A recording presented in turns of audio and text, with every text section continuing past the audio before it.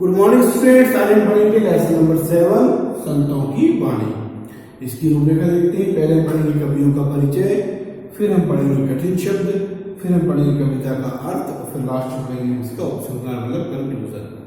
हम बात करते हैं कवियों के परिचय के बारे में। तो हम इसमें कबीर जी, रहीम जी और वृंद जी के जीवन परिचय के बारे में पढ़ेंगे।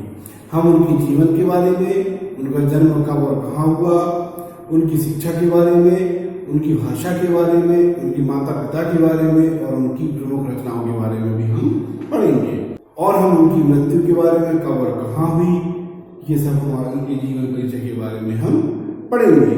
और फिर लास्ट में हम पढ़ेंगे इसका उपसंहार। लेसन 7 संतों की वाणी।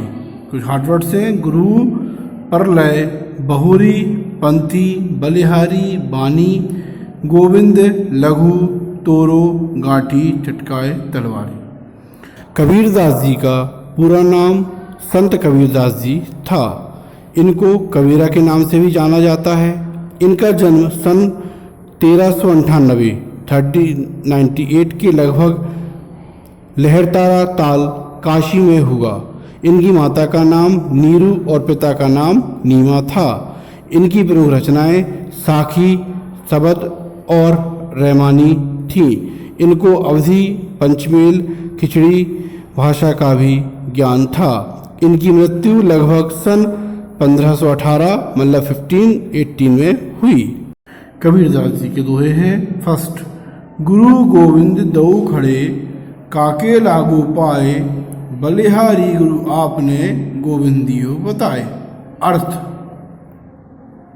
कबीरदास जी कहते हैं कि अगर हमारे सामने गुरु और गोविंद, गोविंद मतलब भगवान, दोनों एक साथ आ जाएं या खड़े हो जाएं तो हमें गुरु के ही चरण स्पर्श करना चाहिए, क्योंकि गुरु ने ही अपने ज्ञान से हमें भगवान से मिलने का रास्ता बताया है। इसलिए गुरु की महिमा भगवान से भी ऊपर है, इसलिए हमें गुरु के चरण स्पर्श करना चाहिए। सेकंड, काल करे सो आज कर, आज करे सो अब, पल में प्रलय होएगी, बहुरी करेगो कब। कबीरदास जी समय के महत्व को बताते हुए कहते हैं कि जो काम हमें कल करना है उसे हम आज करें, जो काम हमें आज करना है उसे हम अभी करें, क्योंकि कुछ ही पल में यदि प्रलय आ गया तो फिर उस काम को हम कब करेंगे। थर्ड, बड़ा हुआ तो क्या हुआ, जैसे पेड़ खजूर, पंथी को छाया नहीं, फल लागे अति दूर।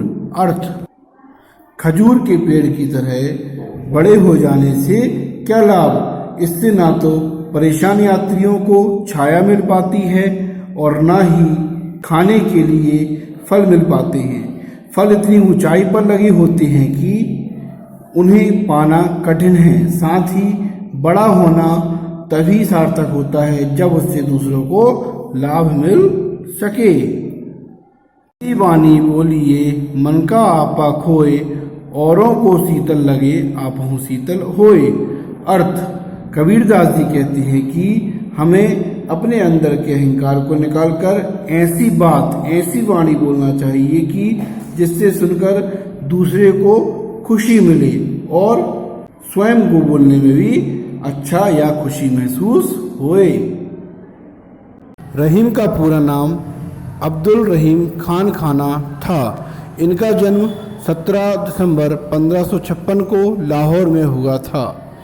इनके पिता का नाम बैरम खान तथा माता का नाम सुल्ताना बेगम था। कहा जाता है कि रहीम का नामकरण अकबर ने किया था। इनकी रचनाएं रहीम सत्सई, श्रृंगार सत्सई एवं रहीम रत्नावली थी। इनको अवधी और ब्रजभाषा का ज्ञान भी था। इनकी मृत्यु 1 अक्टूबर सन 1627 को आगरा में हुई थी। रहीमन देखे बड़ेन को, लघु न लीजिए डारी, जहाँ काम आवे सोई कहाँ करे तलवारी। अर्थ, रहीमदास जी कहते हैं कि बड़ी वस्तु को देखकर हमें कभी छोटी वस्तु को नहीं फेंकना चाहिए, क्योंकि जहाँ सुई काम करती है या काम आती है वहाँ तलवार का कोई काम नहीं होता। इसलिए हर छोटी से छोटी वस्तु का बहुत अधिक महत्व होता है। इसलिए हमें हर वस्तु का महत्व समझना चाहिए। रहीमन धागा प्रेम का मत तोड़ो चटकाए, टूटे से फिर ना जुड़े जुड़ी घाट पड़ जाए। अर्थ, रहीमदास जी कहते हैं कि प्रेम का नाता बहुत नाजुक होता है, इसे झटका देकर तोड़ना उचित नहीं होता।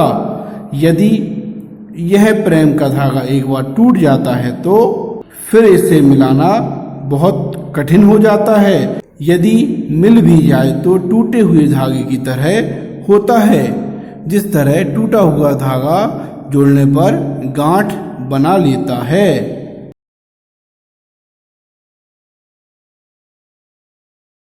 वृंद कवि का पूरा नाम वृंदावन दास था। इनका जन्म 1643 ईस्वी जोधपुर राजस्थान में हुआ था।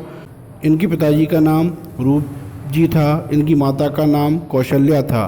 इनकी रचनाएं श्रृंगार शिक्षा, पवन पच्चीसी, सत्य स्वरूप, भारत कथा आदि हैं। इनकी मृत्यु 70 वर्ष की आयु में सन 1707 ईस्वी में किशनगढ़ में हुई। विद्या धन उद्यम बिना कहो जो पावे कौन, बिना डुलाए ना मिले जो पंखे की पौन। अर्थ, वृंद कवि कहते हैं कि परिश्रम या मेहनत के बिना विद्या धन प्राप्त नहीं होता। जैसे कि हाथ के पंखे से हवा पाने के लिए उसे हिलाने डुलाने में मेहनत करना पड़ता है, अन्यथा वह हवा नहीं देता। इसलिए हमें विद्या धन प्राप्त करने के लिए मेहनत करने की आवश्यकता है। अब हम बात करेंगे इस पाठ के उपसंहार की। इस पाठ में संतों की वाणी में हमने 3 कवियों के बारे में पढ़ा। पहले कबीर जी, फिर रहीम जी, फिर वृंद जी। हम बात करते कबीर जी की दोहों के बारे में। हमने इसमें सीखा कि गुरु का महत्व, ईश्वर से, भगवान से बड़ा गुरु का महत्व बताया गया है। सबसे ऊपर उनका स्थान रखा गया है। समय के महत्व के बारे में बताया गया है कि समय बहुत ज्यादा मूल्यवान और कीमती होता है। साथ ही हमें हमेशा सबके साथ सस्ता से व्यवहार करना चाहिए, अच्छे से बात करनी चाहिए।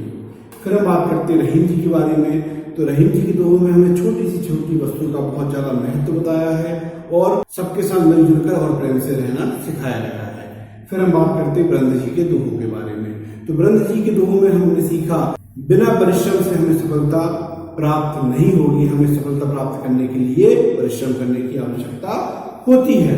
हमें विद्या धन पाने के लिए भी मेहनत और परिश्रम करना होगा। आई होप आपको ये लेसन अच्छे से समझ में आ गया होगा। धन्यवाद।